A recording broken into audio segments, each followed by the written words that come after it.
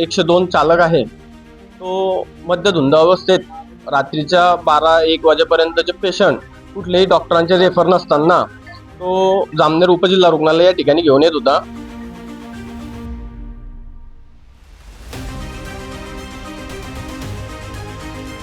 जर का रस्त्यात झालं त्याची जबाबदारी कोण घेईल? तू ऑन ड्युटी दारू कसा पितो?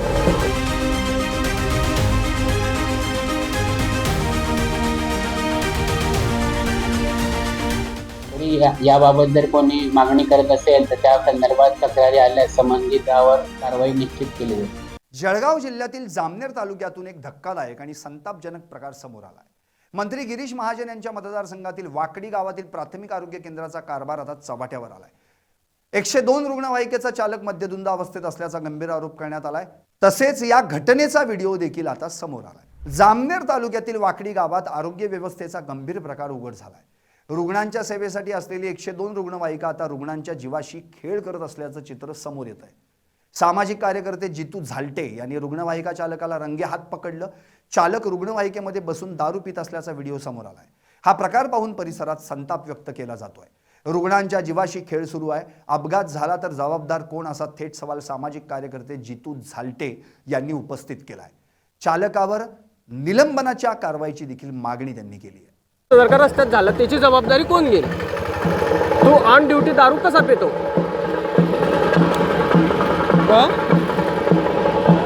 नाही बंद काय करायला लावतोय तू? बंद काय करायला लावतोय? मला मग कॅमेरा बंद आहे पण तू ऑन ड्युटी दारू पिऊन येतो की नाही?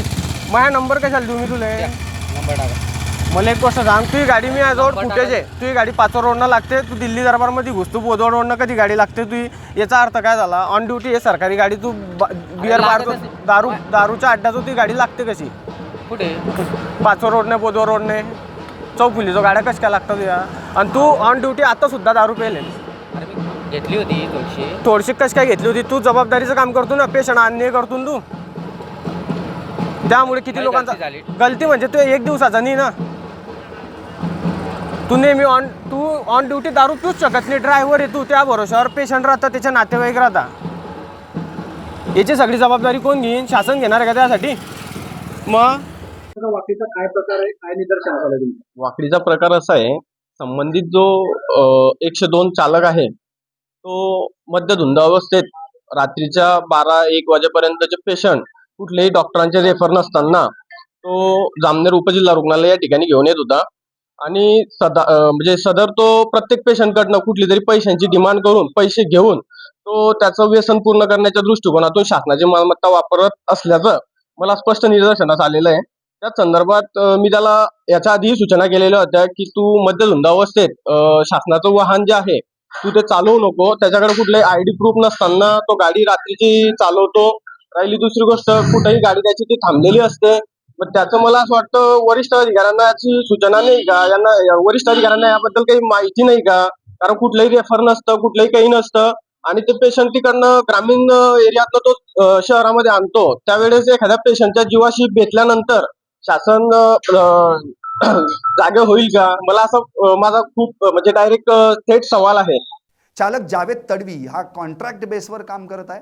गंभीर बाब म्हणजे डॉक्टरांकडून कोणतीही रेफर शीट न घेता तो थेट रुग्णांना रुग्णवाहिकेतून आणत असल्याचा आरोप आहे। इतकंच नाही तर रुग्णांकडून पैसे उकळले जात असल्याचाही गंभीर आरोप करण्यात आलाय। या सर्व प्रकारामुळे आरोग्य व्यवस्थेवर प्रश्नचिन्ह उपस्थित झालाय। काही अपघात घडल्यास त्याला जबाबदार कोण असा सवाल उपस्थित केला जातोय।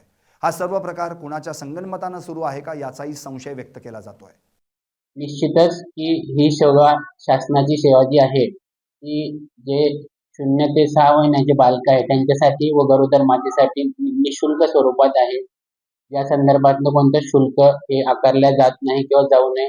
तरी याबाबत जर कोणी मागणी करत असेल तर त्या संदर्भात तक्रारी आल्यास संबंधितावर कारवाई निश्चित केली जाईल। तालुका वैद्यकीय अधिकारी राजेश सोनवणे यांनी या प्रकरणाची चौकशी करून योग्य ती कारवाई करण्यात येईल असं सांगितलंय। दरम्यान एवढं सगळं उघडकीस आल्यानंतरही चालक जावेद तडवी यानं तक्रारदाराशी आरेरावी केल्याची माहिती समोर आली आहे। त्यामुळे या चालकाच्या मागं नेमकं कोण आहे, कुणाचा हात आहे असा प्रश्न आता उपस्थित होतोय।